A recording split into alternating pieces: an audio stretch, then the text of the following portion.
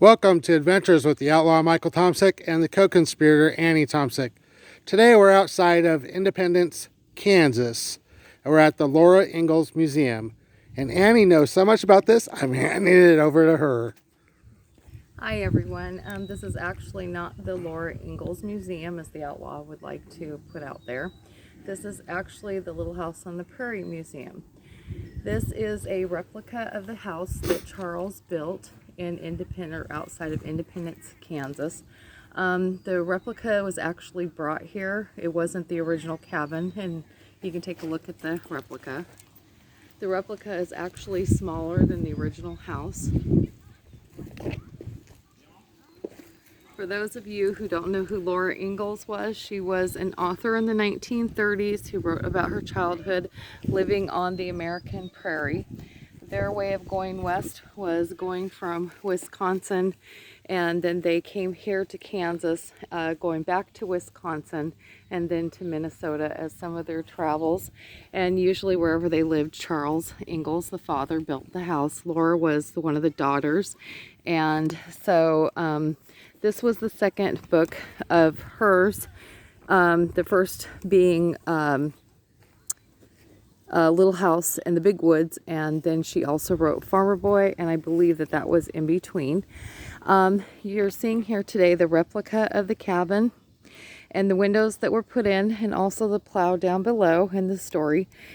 Charles drove into Independence, Kansas, which was supposed to be 40 miles, but if you look here, we're only 13 miles off.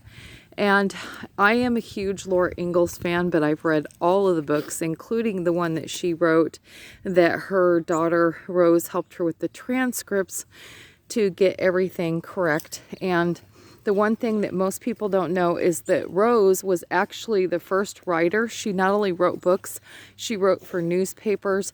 She wrote her own column. She was also a real estate agent. She was one of those kind of women that just wanted to do it all, and she did. She went all over the world. She had friends that were in politics. President Hoover was one of her best friends, and so a lot of her original books and stuff were in the Herbert Hoover Library.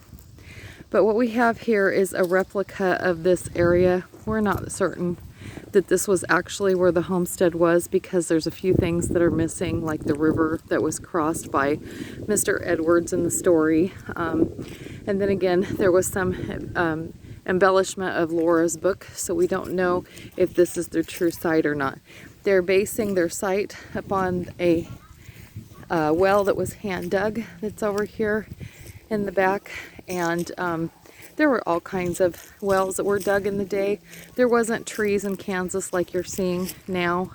A lot of settlers that settled the area put these trees in, so it's a possibility this could have been Mr. Scott's well that was in the book, or anything else.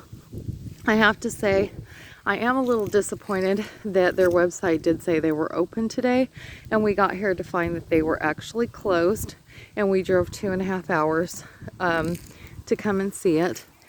So we're just hoping that going to the Halloween festival with the, what is the word spelled backwards for their festival? Halloween is We know, although I don't know. Niwala, I think it's pronounced. But hopefully, if you do come out and you see this replica, you will get to see the inside of the buildings, which we're not getting to do today. You'll get to stop at their bookshop, which I'm very saddened, because there was a couple of books I wanted to check out to send to my sister. My sister Teeter, if she's out there, another Laura Ingalls fan.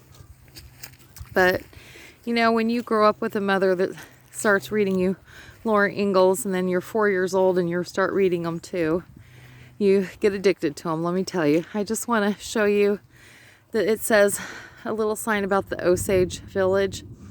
And to all you fans out there who think that Laura was trying to write something inappropriate to any of the Native Americans or the African Americans in this area, she wasn't. She was just writing about how things were in her time that she lived here in the 1870s. So just keep that in mind. The world was totally different in the 1870s. It's changed so much even since she wrote the books in the 1930s. And so the way that people speak nowadays, they didn't speak that way back then. So when you read Laura's books, try to love her and see who she was and not the frown that society would like to put around her. Outlaw, are you ready to take this thing back? I'm ready to take it back. And this is they have an old post office that's out here in front of us, and a school that was moved onto this property. So this is the small post office right here.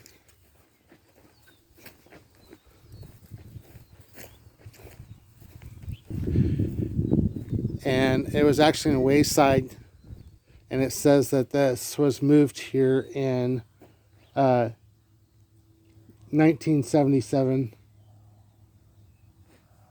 And the school over here was also relocated to this property, so not originally on this property.